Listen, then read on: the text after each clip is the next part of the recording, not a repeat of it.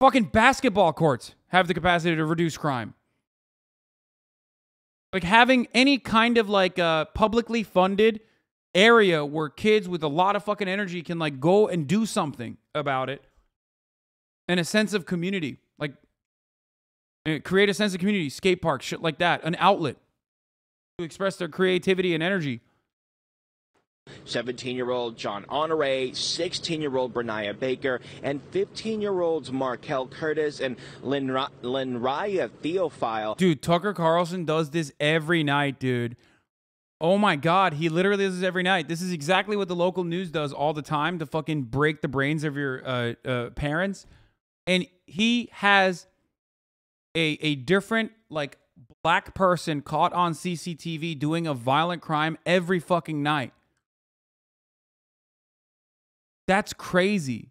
Crime is a constant part of living in a fucking city, living in a fucking rural area. You have to understand this. What Tucker Carlson is doing is deliberately only showing you black kids or black people doing the crime. Okay? This is just the modernized version of the black crime tag that Breitbart used to have. For those of you who don't know, Breitbart used to have a tag on their website called Black Crime. Okay? Literally. I'm not making an exaggeration. When Ben Shapiro used to work there, Breitbart used to have a tab called Black Crime. All of this, of course, is to reinforce the same white supremacist attitude that Tucker Carlson has. Great replacement theory and all this other shit that he talks about every night serves that same white supremacist purpose.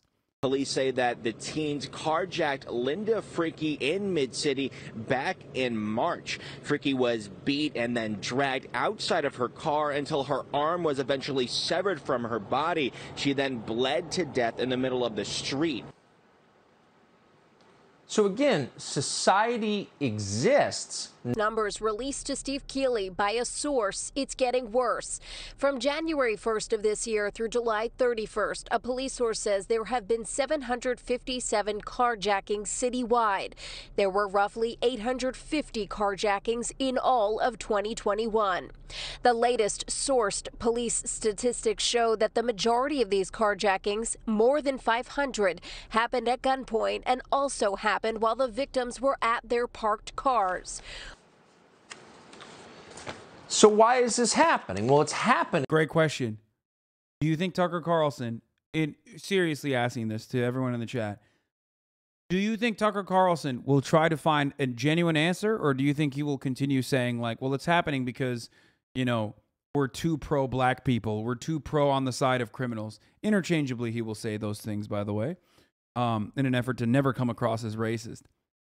Any 15 or 17-year-old who sticks a gun in the face of strangers, threatens their lives, or kills them in order to steal a car is the product of something that is very hard to fix, disintegrating families. That's the real reason. But society, the authorities, still haven't.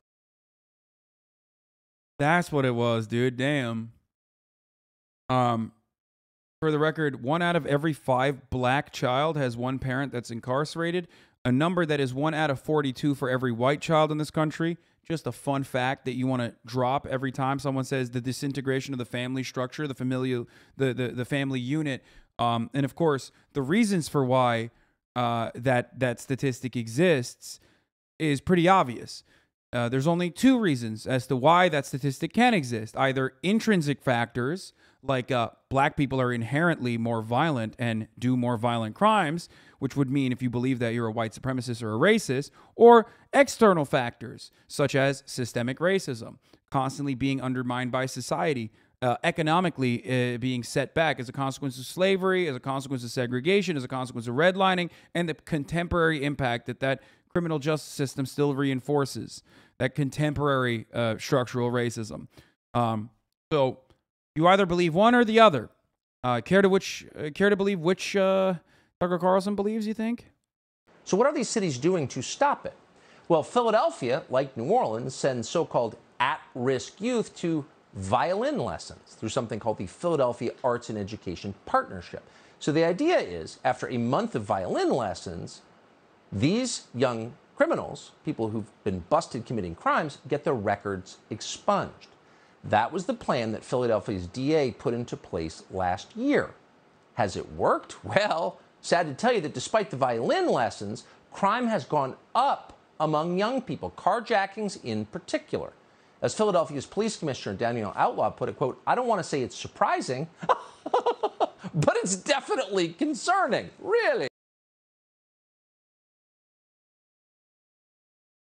Tucker Carlson needs to be thrown in perma jail just for that fucking fake laugh, dude.